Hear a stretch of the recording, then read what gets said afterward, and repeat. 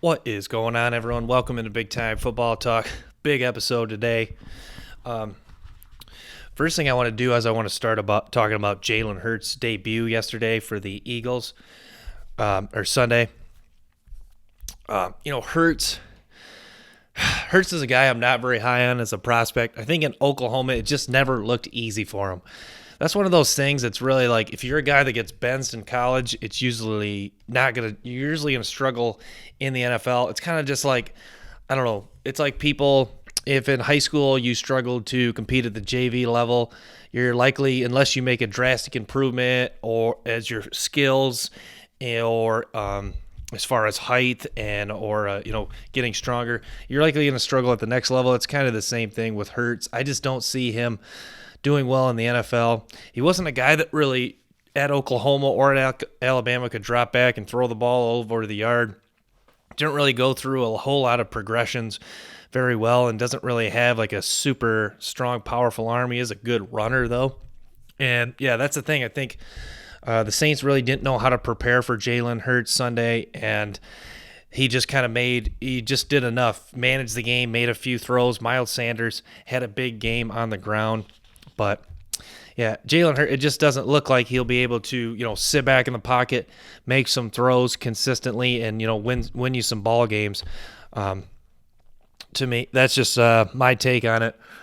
You look at, Tim Tebow, there's a lot of guys that have, early success like this can win some games because, their unique, different playing style kind of is a surprise to defense. Tim Tebow is like that.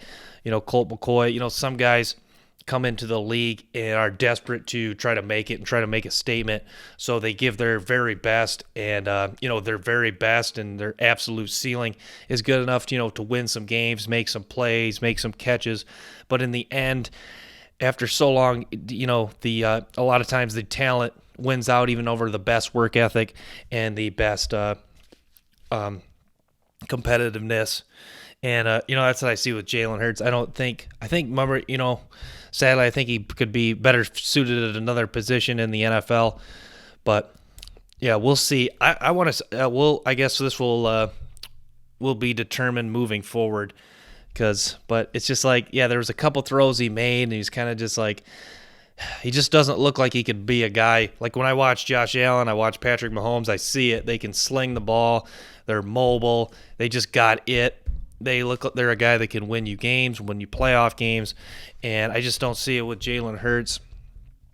I see a guy that could, maybe win a few games for this Eagles and giving them kind of just what they needed, really a spark, and that's it's just something new, kind of just like they're kind of were in a rut with Carson Wentz. Carson Wentz, I was right on that take about him. He is, definitely not the answer. I said he was very overrated. And you can tell he's overrated because there's always guys you can tell are overrated because you always have to make excuses for them. Well, we have injuries at receiver. Our defense isn't as good this year. Well, the O-line's banged up. Well, it's like, at some point the blame's got to go somewhat on the quarterback's shoulders. And that was the case for Carson Wentz. Ended up getting benched for Hurts, and Hurts gives him a spark. But I don't see Hurts becoming a great NFL quarterback. Think maybe could win them a few games and has given them kind of that spark they needed to try to get back in the divisional race. But yeah.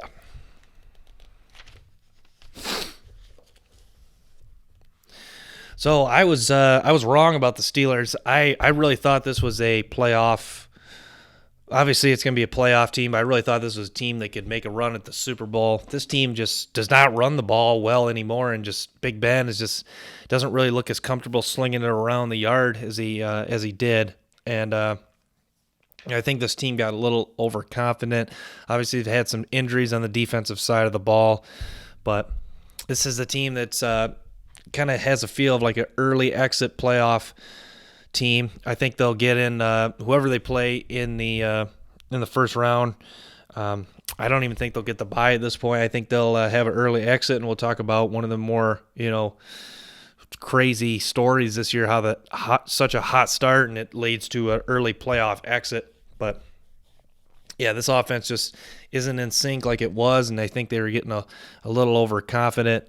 And, the Bills really took it to them the other night on Sunday Night Football. So not buying these Steelers anymore.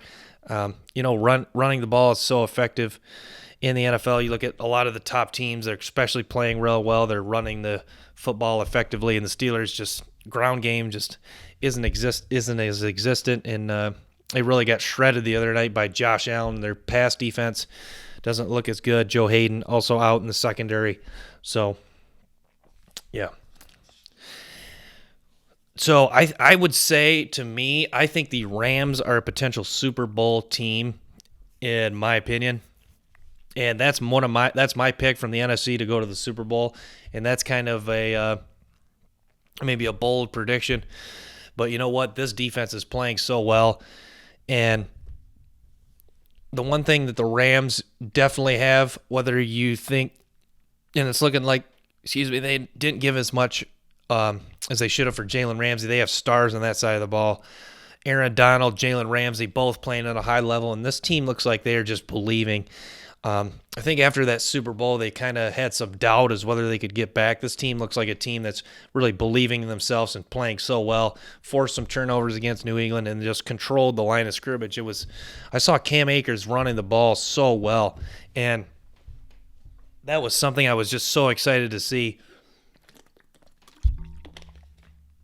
Because Akers, with his speed and his height and explosiveness, he's a guy that if you win up front, get off the blocks, and get a good push, give him some room to run, is very effective. And you saw it led to a 170-yard day on the ground. I was so impressed with that. That New England win was a very dominant win by the Rams, and all facets of the game. And I always say, when I look at for a potential team to win a championship, you want to have several ingredients. You want to have studs on both sides of the football. You want to do one thing very well, and I think they do, several. They're doing several things very well, and you want to have an elite coach and a good quarterback. And, Jared Goff, you want to argue good, great, but they have all the ingredients for a potential Super Bowl team, so that's my pick to go to the Super Bowl is the Los Angeles Rams, just playing such good football right now. It's very fun to watch, and I knew Akers was a guy that they needed to get involved if they wanted to have a chance, and they're sure doing that, and they are sure running the ball effectively. Even with the loss of Andrew Whitworth at the tackle position, that offensive line is still playing, fantastic football, and it's very fun to see. And Sean McVay, one of the best play callers in football, and I think similarly to the two seasons ago in 2018, this team is really believing, and it takes a big year from Aaron Donald, as you saw. I mean, every year is kind of a big year for him, but he's having an especially big year, another defensive player of the year caliber season, and Jalen Ramsey is just balling out. So, but that's the thing, you could debate that maybe still they gave up too much for Ramsey, but the NFL, you see, it's just a star-studded league, and you just need stars, you need studs, and even if you give up a lot, you end up with a playmaker, and a shutdown corner is so valuable. And frankly, in an NFL game that's becoming a lot more pass heavy at times, you still see, not gonna say it's completely a more of a passing game, because you see, with the exception this year, if you watch the Browns-Ravens game, running the ball is still effectively too, but in a league that, teams like the Chiefs and even New England a little bit likes to run it a lot. So, and the Rams too, like to throw it a lot. Excuse me. And the Rams too like to throw it a lot too.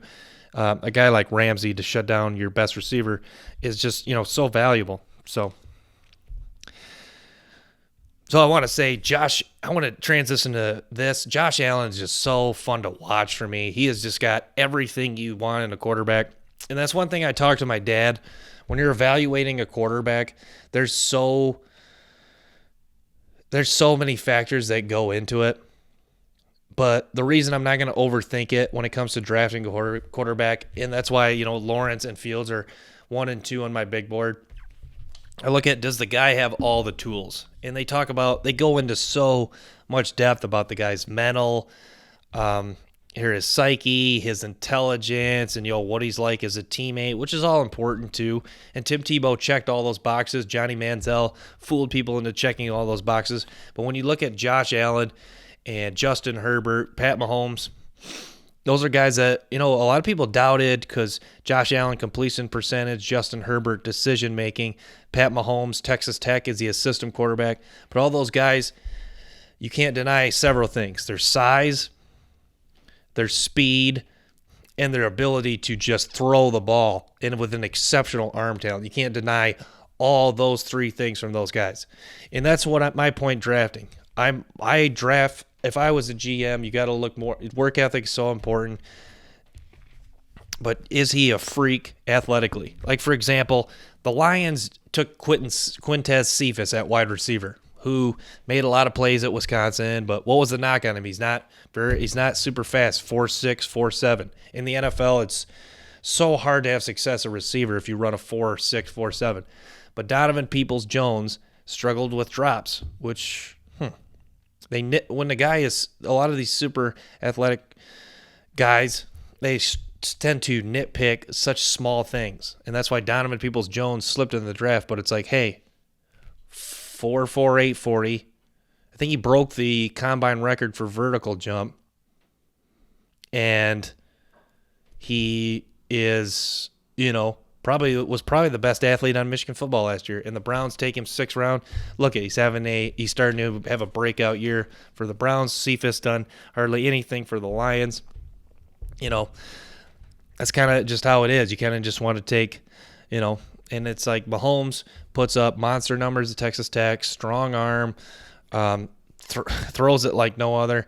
Josh Allen, I was a guy, I was kind of 50-50 on Josh Allen, to be honest, because there's all the small things kind of, from Wyoming, even though that's not a big deal. There's a lot of quarterbacks in the past, Joe Flacco and who Phillip Rivers came from small schools. The completion percentage was a worry for me because it reminded me of Jake Locker was a guy that didn't have a very high completion percentage and didn't end up having success in the NFL.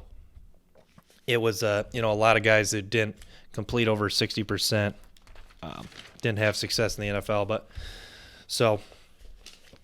But yeah, you see that those guys check a lot of those boxes. So yeah, so I'm gonna wrap with this clip. Thank you guys for tuning in to Big Time Football Talk. Stay tuned for more clips and episodes from the show. Till next time, peace.